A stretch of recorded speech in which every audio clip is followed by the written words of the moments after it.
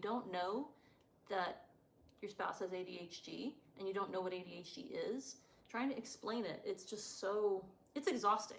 Yeah. Because you want to protect them a little bit, but you also realize, like, I don't know why there's a problem. Yeah, well, and you could see the roller coaster. There is a roller coaster with ADHD. Absolutely, yeah. Where, you could talk about it a few ways: emotional regulation, Yeah, emotional dysregulation, yeah, absolutely. and dysregulation, yeah, and then also hyper focus, Yeah. and the ups and downs that comes in. I mean, people talk about, well, I immediately think about ADHD when people say, well, I'm so great under pressure. Well, sure. If you have ADHD, you are great under pressure, because now you have all the chemicals and all the juice, and you're getting a high out of the adrenaline of, am I going to get this done on time? Absolutely. But meanwhile, when that's done, then there's this crash. Absolutely. And I can also think about dealing with some of the toxic stuff I was dealing with my family and with the church group that we were a part of, and being able to mask the ADHD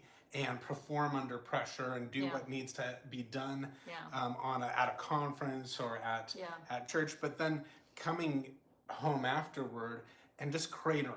Yeah. Totally. And then that's on you, because now not on you as if it was your not problem. Not my fault, but like. But you're left holding the bag. Right.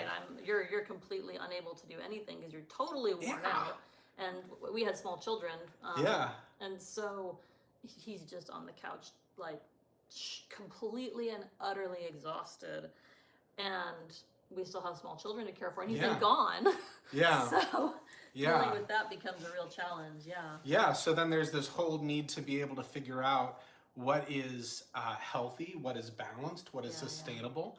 And that's not something that, I mean, thankfully, by God's grace, we were able to talk through it and figure out, and not that it's a done deal. No, but it's constantly navigating. A constant working through of what we want to do. You know, I see that Bethany left a comment, but I only have an if there, and I'd love to be able to, Bethany, if you have something you want to add, I'm happy to hear it. Yeah, absolutely. But so let's talk a little bit about, well, it looks like we talked about what causes it, but what are some of the signs of burnout?